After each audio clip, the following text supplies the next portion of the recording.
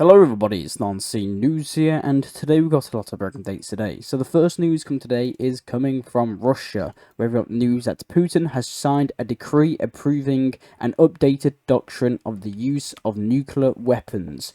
So the Russian Federation considers the use of nuclear weapons an extreme measure. The Russian Federation always takes a responsible position and makes efforts to reduce the nuclear threat. The Russian military is closely monitoring the situation and the publications about the ATACMS missiles in the Kursk region. Aggression against the Russian Federation and its allies by a non-nuclear country with the support of a nuclear state will be considered a joint attack. The Russian Federation can use nuclear weapons in case of a critical threat to the sovereignty and territory integrity of itself and Belarus. The updated nuclear doctrine defines the enemy against whom nuclear deterrence is being conducted. Among the conditions for the use of nuclear weapons is the launch of ballistic missiles against the Russian Federation. So, the Foreign Minister Sergei Lavrov stated that Russia is strictly committed to preventing nuclear war. The updated Russian nuclear doctrine does not add anything that would differ from the content of similar American documents, the Russian foreign minister said. Russia is convinced that nuclear weapons are, first and foremost, a means of deterring and preventing a nuclear war, the Russian foreign minister stated. We've also got news that Russia has just begun mass production of nuclear shelters. So you can see here in the bottom left corner, we can see this a nuclear shelter called the Cub-M. Almost, it's like a cargo container which dozens can fit in. So apparently Russia is now begun mass production of these small nuclear shelters that can house like 10 to more people in it. So very interesting news. And the next news today is coming from Russia again, so it has happened. The Ministry of the Russian Federation of Defense confirmed a strike with 6 ATACMS missiles on the Kursk region last night. According to the MOD, 5 of the 6 ATACMS missiles were shot down by air defense systems. So it seems it has just happened. Ukraine has struck Russia with the ATACMS missile, which Joe Biden approved yesterday. So if you want to keep updated on that, just watch the previous video. I'll probably forget to put the link of the video before here in your bottom right corner, but if it arrives in the top right corner, then I've remembered. But it seems that the Ukrainians actually published the actual launching of the ATACMS missile. So you can see here, it launches and it heads to Russia. So the Russian ex-president stated that strikes by Western missiles deep into the Russian Federation could be classified as a NATO attack on countries on Russia, with Moscow having the right to strike back. So the Ukrainians have just struck Russia with the ATACMS missile, and Putin, if we remember, stated this would bring NATO directly in the conflict with Russia. So it seems that the ball is in Russia's court. So I'll keep you updated on that. So Ukraine has about 50 ATACMS missiles. The country has plenty HIMARS and MLRs, rocket launchers. The source of the Times stated about Ukraine. So Ukraine only has about 50 ATACMS missiles that it can launch towards Russia. And according to the Russian defense minister, Ukraine launched 6. And 5 out of the 6 were shot down.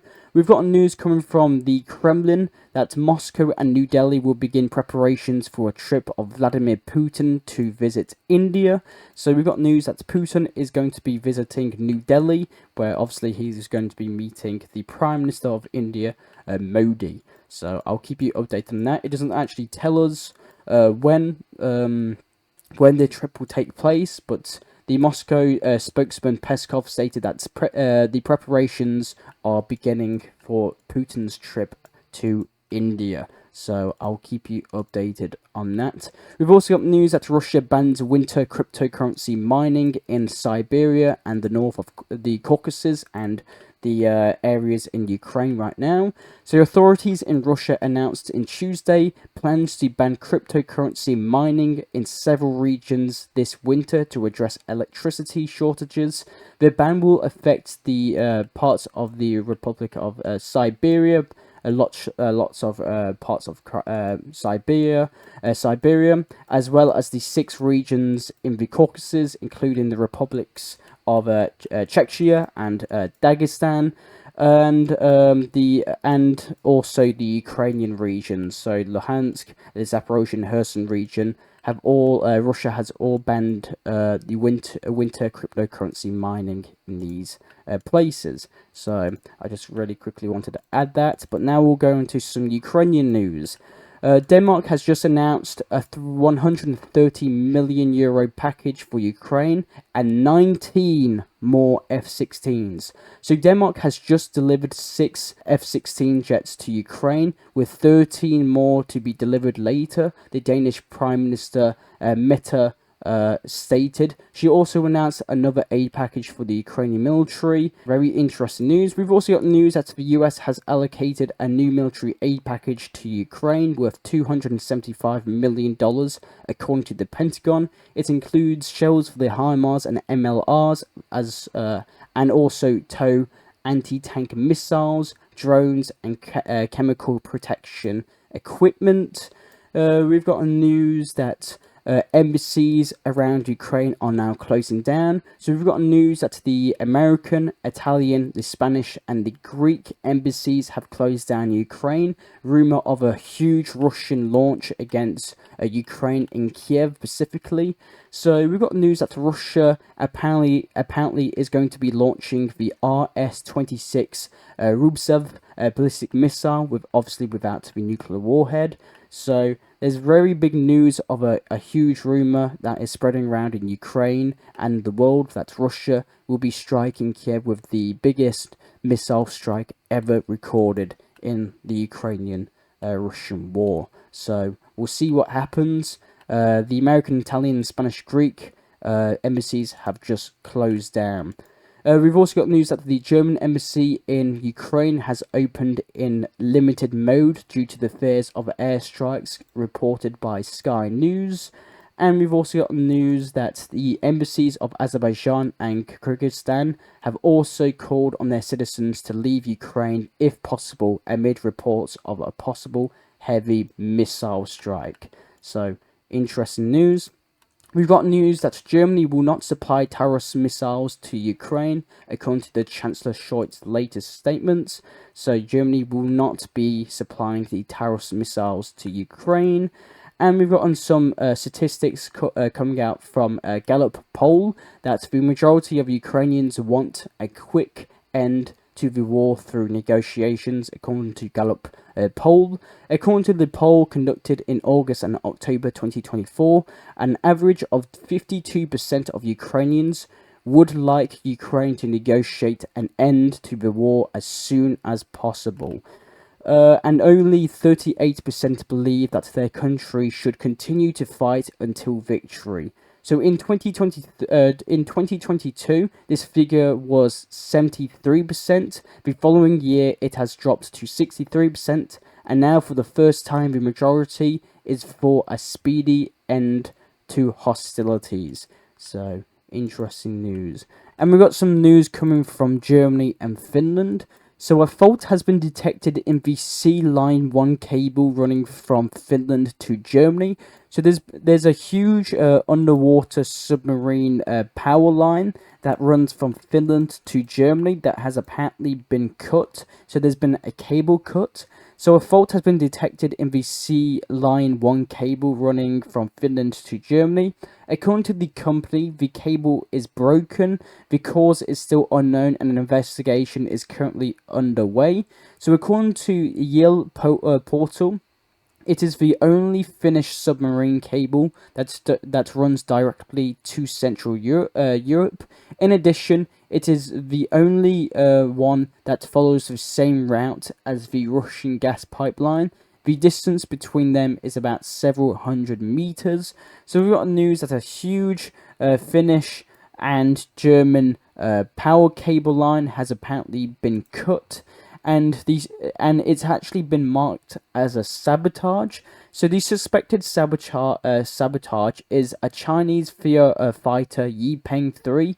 So the Chinese firefighter Yipeng 3 came under suspicion after it slowed down for over an hour directly above the cable routes while damaging 3 Baltic Sea cables. So the Danish patrol boat, the P525, is now following the ship to conduct further investigation.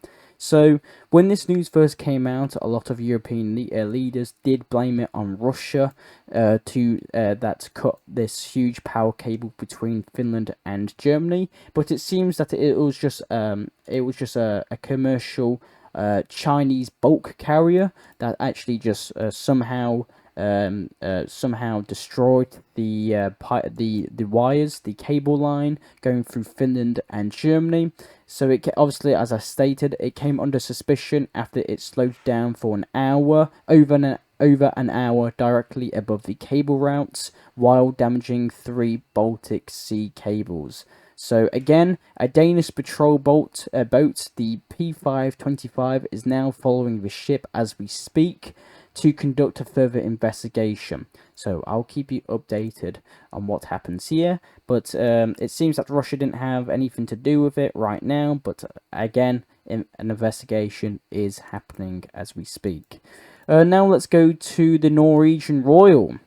So we got a news that the Norwegian Royal has been arrested on rape suspicion. So police confirmed on Tuesday the arrest of the Marisborg Holby, the 27-year-old son of the Norwegian Crown Princess Mette-Marit, has been arrested. So a Norwegian royal has been arrested on rape suspicion. So a very serious crime, and I'll keep you updated on his case.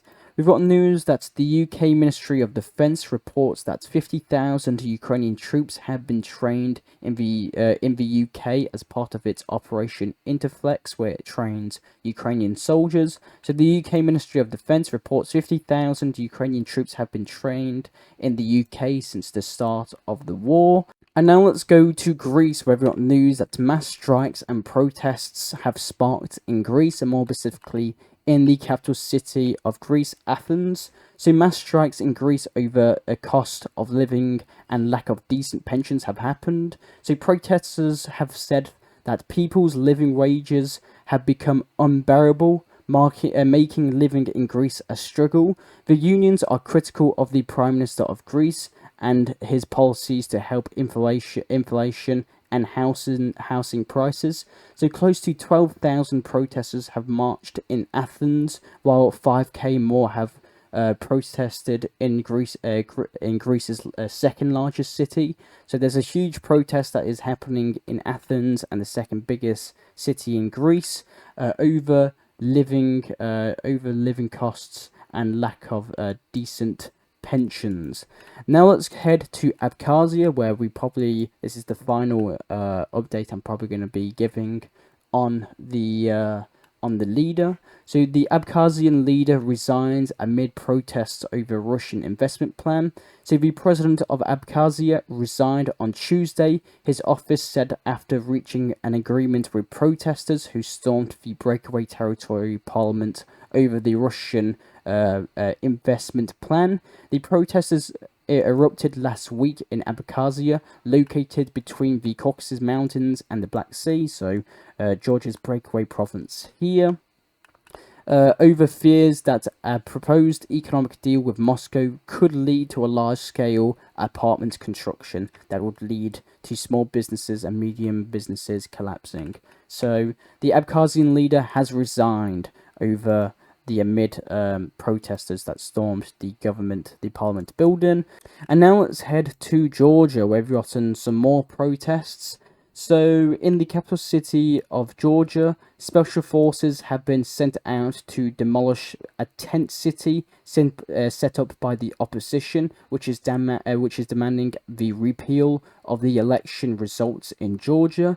So, the authorities claimed that the opposition has dug up huge amounts of the cities and set up huge tents in the city. So on the eve of the huge special forces being sent in, the protesters were offered to clean the town themselves, but the protesters refused.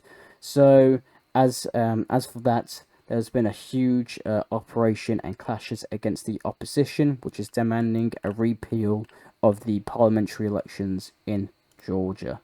We've got news coming from Yemen that the breaking news is that the Yemeni Air Force has just shot down another US MQ-9 drone in the airspace of northwestern Yemen. So the Yemeni authorities, the Yemeni Houthis, are now stating that they have shot down yet another yet another US MQ-9 Reaper drone. So I'll keep you updated if this is true. Right now, we just have to take their word, and we'll confirm it when we have video evidence of this. We've got news coming from Pakistan where Imran Khan, the former Prime Minister of Pakistan, has been granted bail and ordered to be released immediately by the Pakistani court. So we've got news that the former Prime Minister of Pakistan has been granted bail and has been ordered to be released immediately. So, Khan has been jailed since August and has seen convictions in 4 cases suspended or overturned. So, very interesting news. The former Prime Minister of Pakistan has been granted bail and has been ordered to be released immediately. We've got some news coming from SpaceX plus India. So, we've got news that SpaceX has successfully launched India's most advanced satellite. So India's most sophisticated GSAT-20 comms satellite launched via SpaceX Falcon 9 from Florida. So SpaceX has just launched India's most advanced satellite, marking a major milestone for the Indian Space Research Organization, the ISRO. Equipped with 32 user beams, it aims to enhance broadband in remote areas and provide in-flight internet. The launch was successful, and this was confirmed by the ISRO's commercial arm. So very interesting news. We've got some news coming from North Korea that Kim Jong-un says Pyongyang and Moscow relations are at a new strategic level. So Kim met with the Russian Minister of Natural Resources and the Environment, Alexander Kozlov. He emphasized the need to expand intergovernmental trade, economic, scientific, and technological exchanges and cooperation to promote joint prosperity and development. The Russian Minister of Natural Resources stated to Kim Jong-un in his visit to North Korea. So it seems that this Russian and North Korean relationship is growing into an alliance. So very big news coming from Pyongyang. We've got news, some more protesters today. So we've got some coming from Wellington, the capital city of New Zealand. So the indigenous Kiwis rally against equal rights bill. So around 42,000 New Zealanders came in front of the parliament on Tuesday, with hundreds performing the haka war dance in one of the country's largest ever protests against the bill that would ironically give everyone equal rights. So I don't know much about this topic. So apparently the indigenous Kiwis are now rallying in front of the parliament in New Zealand, performing a huge haka war dance and trying to get the bill not to pass, apparently. So interesting news. I'm sure some Kiwis will explain it down in the comments. We've got a little bit of news coming from the G20 summit that happened in Rio de Janeiro. If we remember this from yesterday. So we've gotten some news that came out from the Chancellor of Germany, Scholz, and Xi Jinping, the president of China, met on the sidelines at the G20 regarding drones to Russia. Chancellor Scholz did discuss the delivery of drones to Russia with the Chinese President Xi Jinping. In recent reports raised concerns that China was producing drones for Russia, according to Reuters. So the full report of this meeting is still not out, and we'll probably get that a little bit later. BRICS nations apparently dominate G20 in economic growth. So BRICS nations are showcasing the strongest economic growth among G20 members, as India leads the pack with a remarkable projected GDP for 2024 of 7%, the highest among the economies, INS data reports. Indonesia is the second spot with an impressive 5% growth forecast, followed by China, which is expected to achieve 4.8% GDP increase. Meanwhile, fellow BRICS members Russia and Brazil are set to grow by 3.6% and 3%. So very big news. Let's go into some news coming from America, where President-elect Donald Trump has just appointed Matthew G. Whitaker as ambassador to NATO. We've got news that SpaceX conducts its 6th test launch of Starship prototype.